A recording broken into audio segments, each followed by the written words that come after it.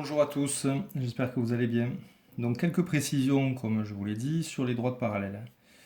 Donc vous connaissez la définition, deux droites parallèles sont deux droites qui ne se coupent jamais. Je vous en ai tracé deux ici. On peut regarder l'écartement pour bien contrôler si elles ne se coupent pas, ou si elles ne vont pas se couper plus loin, par là ou par là. Donc regardez, on va compter les carreaux. 1, 2, 3 carreaux. Et à l'autre extrémité, 1, 2, 3 carreaux. Voilà, ça va nous servir pour l'exercice numéro 3, page 153. On le verra après. Ensuite, ce qui est important de remarquer, quand on compte les carreaux, on voit que ce sont, je les ai comptés le long des lignes, et ces lignes, elles sont perpendiculaires à nos droites parallèles. Regardez, je vais les tracer. Je vais tracer une droite ici, et une droite là. Voilà. Ici, je vois bien que c'est perpendiculaire, puisqu'il y a des petits carrés. Donc on a un angle droit ici et un angle droit ici. Même chose là. Et ça va nous servir aussi pour tracer les deux droites parallèles. Alors, maintenant, prenons l'exercice numéro 3, page 153. Je le mets là. Là, c'est bon. Alors, on vous dit, à l'aide de ta règle et de ton équerre, cherche toutes les droites parallèles à la droite rouge. Bon, si on prend l'équerre, déjà ça va aller. On vous dit de prendre la règle aussi parce que vous savez que si on veut vraiment mesurer, il faut partir du zéro. Et là, on ne va pas pouvoir. Mais vu qu'on n'a pas besoin d'une mesure précise, là, enfin, on a besoin pour vérifier qu'il y ait toujours le même écartement. Mais si on ne part pas du zéro, c'est pas grave. Alors, prenons par exemple la rouge et la grise. Je vais bien mettre... Comme si c'était la ligne avec les petits carreaux, je vais bien mettre mon équerre ici. Je mesure, je vois 4 mm. Je me mets à l'autre extrémité. Alors pour bien faire, je vais mettre dans l'autre sens.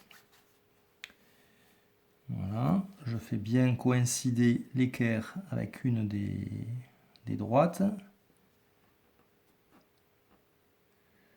Et je mesure... Alors en vrai, c'est pas 4 mm parce qu'on ne part pas du zéro, mais je vois d'où ça arrive. L'essentiel, c'est que ça arrive au même endroit. 4 mm aussi. Donc ces deux, la rouge et la grise, sont parallèles. Si jamais j'avais pas eu la même mesure, d'un côté et de l'autre, elles n'étaient pas parallèles. Bon, parfois on le voit à l'œil nu. Vous voyez que la rouge et la verte, on voit tout de suite qu'elles ne vont pas être parallèles, puisque si on les prolonge, elles vont se couper. Bon, je vous laisse chercher pour les autres. Donc l'idéal, ça aurait été de mesurer vraiment avec la règle, c'est-à-dire de tracer la perpendiculaire ici, mais on ne va pas le faire sur le livre, et ensuite mesurer. Voilà. Mais bon, on ne va pas le faire. Alors maintenant, je vais vous montrer le tracé de deux droites parallèles. Je vais vous le remontrer, et vous le referez, c'est l'exercice numéro 5, vous le referez tout seul. Je prends une feuille blanche. Là, j'ai besoin de ma règle et d'une équerre et d'un stylo. Plutôt un crayon, mais moi je fais avec un stylo pour que vous voyez mieux. Donc je trace une première droite que je vais appeler D1. Je veux tracer une droite parallèle à D1. Alors je peux la tracer n'importe où, elle peut être ici, ici, ici ou de l'autre côté. De temps en temps, sur certains exercices, on vous demandera en plus qu'elle passe par un point. Par exemple, le point B. D'accord? Donc c'est la même chose, juste il faut que cette droite elle passe là. Alors on va se servir de ce qu'on a vu juste avant sur la feuille, que les droites parallèles ne se coupent jamais et ont toujours le même écartement.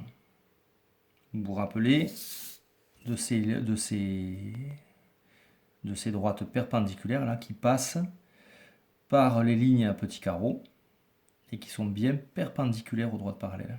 Bon, j'espère que je ne vous embrouille pas là. On va le voir concrètement. Donc qu'est-ce que je fais? Je trace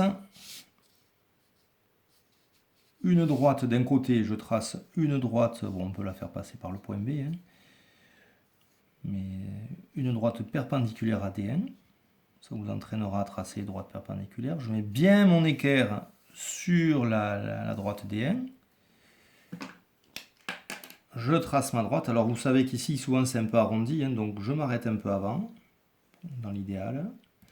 Et je prolongerai avec l'équerre. Et j'en fais une autre de l'autre côté. Alors si je me mets là, vous voyez, ça ne va pas aller. Ça risque d'être pas super droit. Donc, je la mets de l'autre côté. Comme ça, je peux bien faire mettre l'équerre le long de la ligne. Voilà. Je trace une parallèle. Une perpendiculaire, pardon. Pour bien faire, on la prolonge. Bon là, c'est pas très important, puisque c'est le but du jeu. Bon, je ne sais pas si elle est bien perpendiculaire. Hein. Bon, c'est pas grave.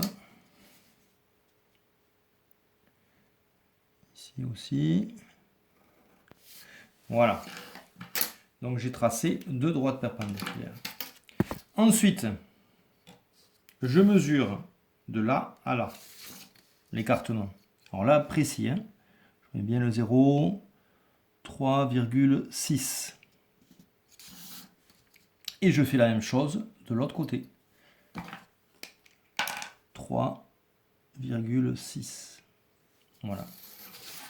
Maintenant, si je trace une droite passant par ce point et ce point, elle sera parallèle à D1. On y va. Voilà. Donc pour tracer deux droites parallèles, vous devez d'abord tracer deux perpendiculaires. Et ensuite, on mesure les écarts. Il faut que ça soit le même d'un côté et de l'autre. Bon, mais c'est à vous. Travaillez bien, bonne journée et à bientôt.